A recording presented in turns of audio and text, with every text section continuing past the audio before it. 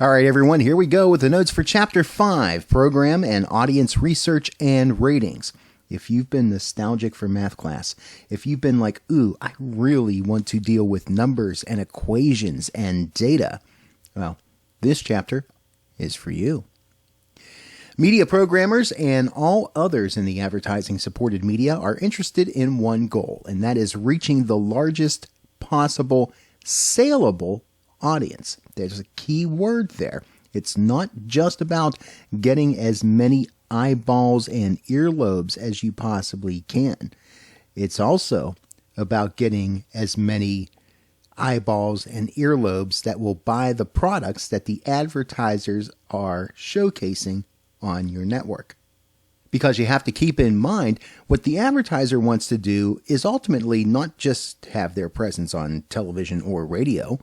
Their ultimate goal is to make a profit. They make a profit by selling their goods and services. So they advertise in hopes that you and I will consume the commercial content, buy their products, buy their services.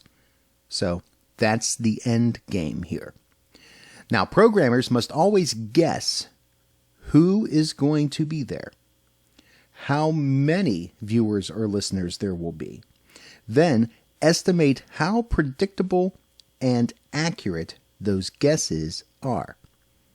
So as part of the programming process, selection, promotion, all those things, they are trying to determine what audience is out there for that particular programming, who will tune in, and as a result, will they consume the content, consume the advertising that goes along with it, and pitch that to those that are potential advertisers. So some research approaches that programmers are going to take in order to kind of facilitate this whole game. First off, qualitative and quantitative measures of the programs themselves. So we're talking about synopsis of the show, how well the show has done in ratings over a period of time, the ways that the public perceives that show. Going into the second point here, qualitative and quantitative measures of audience preferences and reactions.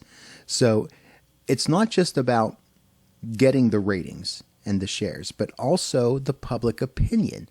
And the public opinion on the show, for whatever reason they have that opinion, is also going to be indicative of the type of person that is viewing that content, or is not viewing the content for that matter. And then thirdly, quantitative measures of audience size. So the actual raw numbers.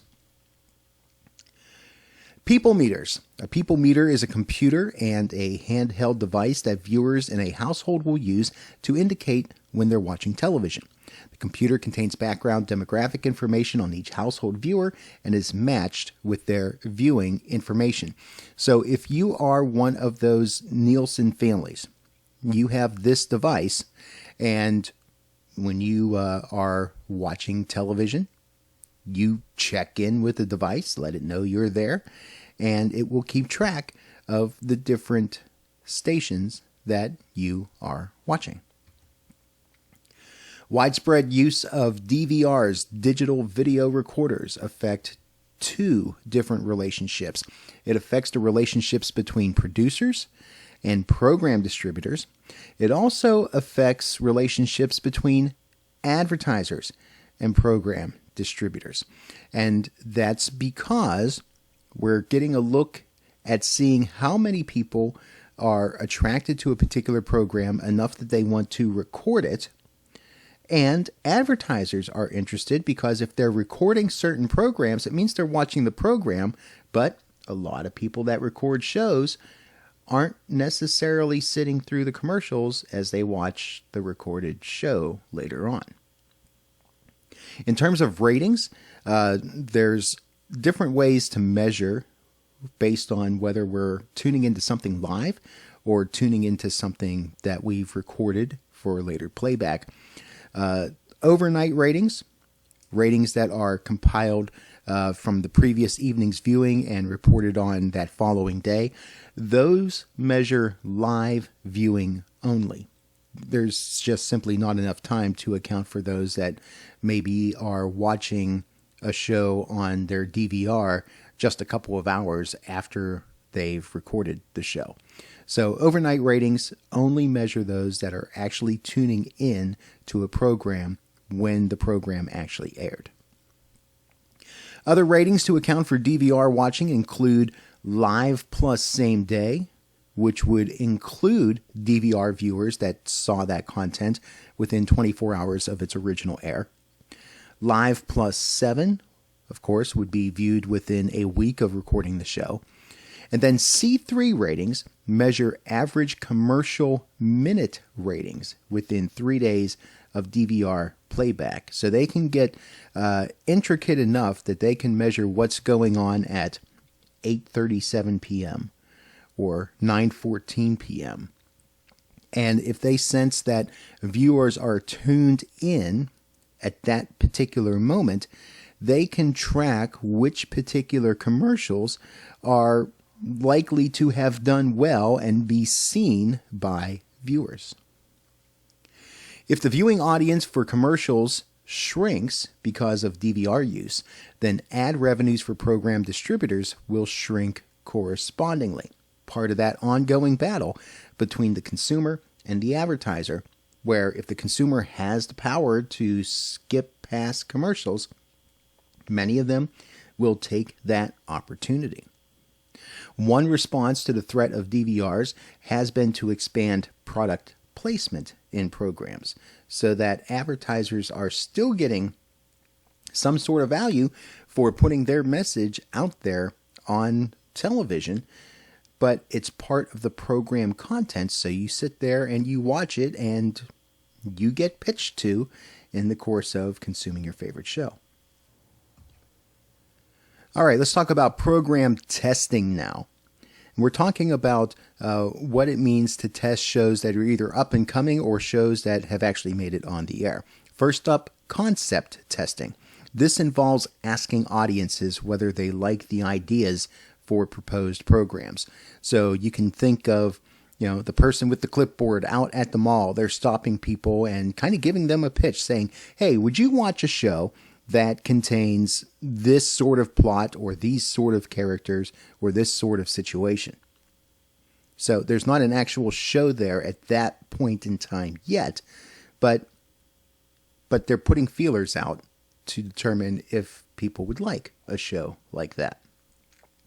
Pilot testing occurs when a network is considering the purchase of a new series and audiences are asked to react to the pilot episode. So this is that one-off show that's kind of a trial run to see if the ratings are good, if people are going to be attracted to the show, if there's indication that it could be a success. And in this case, they're actually asking the audience what their reactions are to that particular show. And then episode testing occurs when a series is underway. Concept and pilot testing stress general plot lines and main characters. So you're not going to get into the nuances of each particular episode and what happens specifically in those sorts of things. We're talking about the overall concept of the show, the overall premise, if people are attracted to that as a whole. Ongoing program testing focuses on more subtle evaluations of the voices, the manners, the style, and the interactions of all the characters. So in that aspect, you're starting to get more into the details. You're looking at the chemistry between the players on that particular program. You're looking at the way that content is presented. Everything from the scenery, the background, to the way that the production values are, to the way that you convey different attitudes and that sort of thing. Testing done in theaters for the most part, but it's starting to happen more and more by way of streaming video. So it's possible that you might be in the comfort of your home and you get a link to be able to view something online and then be asked to give your feedback based on what you saw privately. Promotion testing, promo evaluation emphasizes such measures as memorability, credibility, and persuasibility. So a lot of these things kind of come into that idea of kind of establishing a trust and a desire within those that are being tested as to whether that they are going to be attracted to the content that they are being promoted towards. Menu-driven program selection is more influenced by on-air promos and guide channels than by schedule-driven program selection. So media companies realize that promos need to be effective. The point here being that it's not so much that a show is on at 9:30 on Thursday night that is going to attract people to tune into that show, as much as it's going to be the promos that air that talk about what the show is, or it's going to be its listing through whatever TV grid of showing of different shows that a title may catch your fancy or a description of a show may seem attractive to you as you're scrolling through seeing what is on. Qualitative audience research. Let's talk about focus groups. A focus group is a set of 10 or 12 people involved in a controlled discussion on a predetermined topic. Predetermined criteria guide the recruitment of individuals for the participation in focus groups, and this is something that is called screening. So if you're looking to get a focus group to look at a particular type of program or a particular premise, you're going to look for certain people that that focus group would be more relevant towards.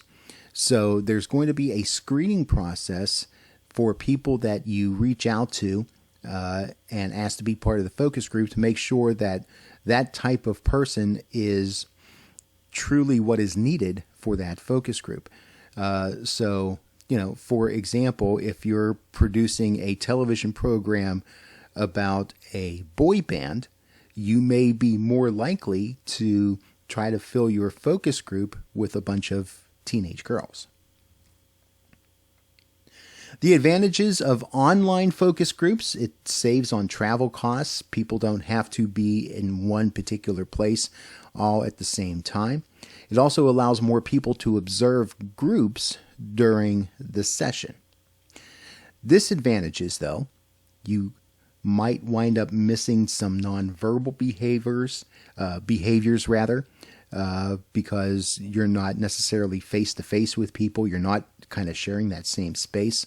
So body language, facial reactions, you might miss more of those if you're the person that's kind of evaluating how things are going in that focus group. Also, the sample group could be too small to allow for valid generalizations that you would get when you have multitudes together. And that's something else to consider. All right, let's look at some other issues now with focus groups. First off, there is the possibility that participants are not randomly selected in a proper process, where you might wind up having people that skew more one way or another. This is especially true with the online focus group sort of scenario. Participants' willingness may differ from the general public. There are people that seek out to be part of focus groups because they have some sort of an agenda, one way or another, sometimes in a favorable way, sometimes in a not so favorable way. But either way, it kind of adulterates the data that you could actually get if you're trying to get kind of a consensus of the general public. Responses are elicited under highly artificial conditions. When you have a focus group put together, and if you're asking questions in a group setting, you can have someone that's rather opinionated or rather talkative that shares his or her thoughts, and that could kind of put a certain implant of an idea or thought into other people that are hearing that particular person respond. And by virtue of that person making his or her statement, could wind up changing the minds of the other people. The specific questions asked can influence a group. This is going beyond basic yes and no sorts of questions. So it's important to ask the question that you want the answer to, and to ask that question in a way that gives honest feedback based on the particular question. The quality of the moderator influences a group and its answers as well. The way that the chemistry works between the moderator and those that are part of the focus group can skew the way that answers are given or not given. However, this can serve as a means to learn what is needed to be learned and to ask better questions to larger groups in the future. So focus groups do have some value, but they also have some risks involved in them if this is the main way that you're trying to determine what the public wants when it comes to entertainment. Now, in terms of music, a couple of different things here. Call-out research is where programmers make phone calls to various listeners, and they will play what are called hooks, which is basically just a brief segment or a musical phrase that captures a song's essence. So maybe you're hearing a 30-second to minute-long segment of a song, and then you're being asked to rate that particular piece that you heard, how well you liked it or didn't like it. Auditorium research is kind of the same idea, but instead of making individual phone calls, you have people invited to a location to jointly listen to and rate a variety of songs. More of the focus group kind of idea.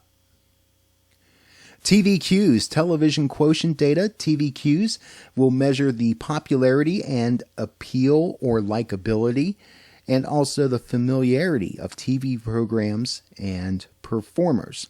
So if a show has name recognition or an actor has name recognition, they're going to have a higher TVQ. The overall impression of that particular show or particular actor is also added in to this particular value.